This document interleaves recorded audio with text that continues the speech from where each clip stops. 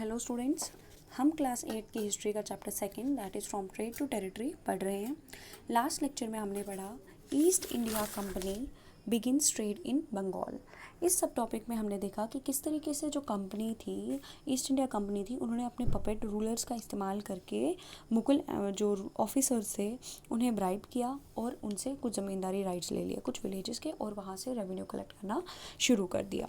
साथ ही में हमने देखा कि किस तरीके से इन्होंने अपनी एक फैक्ट्री इस्टेब्लिश करी। कंपनी ईस्ट इंडिया कंपनी ने अपनी फैक्ट्री इस्टेब्लिश करी हुगली रिवर के आसपास, और उस कंपनी के आसपास में सेटलमेंट भी खड़ी कर दी और साथ में फोर्टिफिकेशन कर दी, दीवारें खड़ी कर दी उस एरिया के इर्द गिर्द, और अपनी आर्मी रखी। तो ये चीज़ जो थी ये चीज़ बंगाल के नवाब जो थे उन्हें पसंद नहीं आई। उस टाइम पे बंगाल के नवाब जो थे वो थे मुर्शिद कुली खान, और उन्होंने प्रोटेस्ट करना शुरू कर दिया इस चीज़ के खिलाफ। तो यहाँ से जो थी बैटल्स जो थी वो शुरू हो गई कंपनी के बीच में, और कंपनी और बंगाल के नवाबों के बीच में एक कॉन्फ्लिक्ट अराइज हो गया, और जिसकी वजह से बैटल हुई। तो आज हम पढ़ेंगे how trade led to battles, किस तरीके से जो ट्रेड था, व्यापार था, उनकी वजह से लड़ाइयाँ जो थी, बैटल्स जो थी वो शुरू हुई। तो 18th सेंचुरी की हम बात कर रहे हैं। जब अर्ली 18th सेंचुरी की हम बात कर रहे हैं तो अर्ली 18th सेंचुरी में क्या हुआ, कंपनी और नवाब्स के बीच में, बंगाल के नवाब के बीच में कॉन्फ्लिक्ट अराइज हुआ, लड़ाई झगड़ा जो था वो शुरू हो गया और काफ़ी ज़्यादा बढ़ गया। जब औरंगज़ेब जो थे उनकी डेथ हुई तो बंगाल के नवाब जो थे उनके पास काफ़ी ज़्यादा पावर आ गया, और इस पावर का उन्होंने क्या किया, काफ़ी इस्तेमाल किया। उस टाइम पे इस अर्ली 18th सेंचुरी में वहाँ पे नवाब जो थे, सबसे पहले मुर्शिद कुली खान थे, और मुर्शिद कुली खान के बाद आए अलीवर्दी खान, और अलीवर्दी खान के बाद आए सिराजुद्दौला। इन तीनों में से ये तीनों इंपॉर्टेंट रूलर्स थे बंगाल के, और इन तीनों में से भी सिराजुद्दौला जो थे वो सबसे ज़्यादा इंपॉर्टेंट रूलर थे बंगाल के। इन्होंने कंपनी को कंसेशंस देने से मना कर दिया, किसी भी तरीके की कंसेशन देने से मना कर दिया, और इन्होंने कहा कि कंपनी को कि अगर तुम्हें ट्रेड करना है तो तुम्हें हमें क्या देना पड़ेंगे, ट्रिब्यूट्स देने पड़ेंगे, पैसे देने पड़ेगा, टैक्स देना पड़ेगा। और इन्होंने किसी भी तरीके से इन्हें ड्यूटी फ्री ट्रेड करने से कम्प्लीटली मना कर दिया, कोई भी परमिशन नहीं दी। इन्होंने कहा कंपनी को कि आप फोर्टिफिकेशंस भी नहीं कर सकते, यानी किले के आसपास दीवारें अपनी खड़ी नहीं कर सकते, कॉइन्स मिंट नहीं कर सकते, अपने कॉइन्स इशू नहीं कर सकते। जो कंपनी थी वो अपने कॉइन्स इशू नहीं कर सकती थी। साथ ही में क्या हुआ कि जो कंपनी थी उसे काफ़ी ज़्यादा रेवेन्यू देने को कहा। तो ये चीज़ें जो थी कंपनी को पसंद नहीं है, और कंपनी ने ये सब चीज़ें करने से मना कर दिया। इन्होंने किसी भी तरीके के टैक्स जो था वो देने से मना कर दिया, और साथ में इन्होंने क्या किया, काफ़ी ज़्यादा कंपनी जो थी वो डिसरेस्पेक्टफुल लेटर्स जो थी वो नवाबों को लिख रही थी, और नवाब और उनके ऑफिशियल्स को काफ़ी ज़्यादा बेइज्जत कर रही थी, ह्यूमिलिएट जो थी वो करती रही कंपनी जो थी।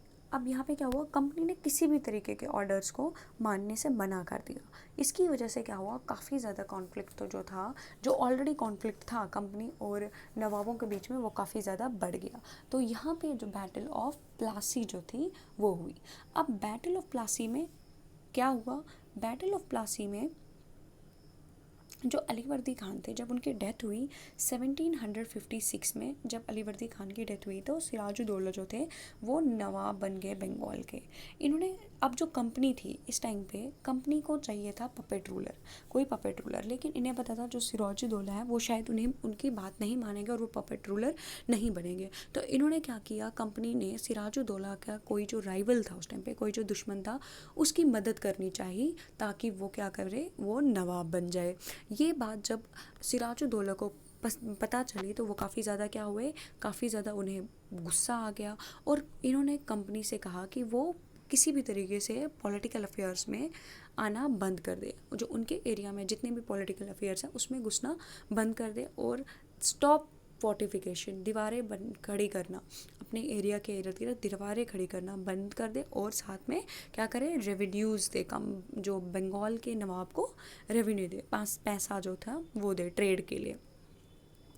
ये नेगोशिएशंस जब फेल हुई, नवाब और कंपनी के बीच में जब ये नेगोशिएशंस फेल हुई, तो जो नवाब थे, सिराजुद्दौला थे, उन्होंने क्या किया, उन्होंने अपनी आर्मी के साथ वो आए, 30,000 आर्मी के साथ आए, और उन्होंने इंग्लिश फैक्ट्री जो थी, जो कि उस टाइम पे कासिम बाज़ार में थी, उसको कैप्चर कर लिया अलॉन्ग विद द ऑफिशियल्स, जो कंपनी के ऑफिशियल्स हैं उनके साथ साथ उन्हें कैप्चर कर लिया और उन्हें वेयर हाउस में लॉक कर दिया। और उनकी जो आर्मी थी, जो कंपनी की आर्मी थी, उन्हें क्या किया, डिसआर्म कर दिया। उनसे जितने भी उनके पास आर्मामेंट्स थे, जो भी हथियार थे, वो सब छीन लिए।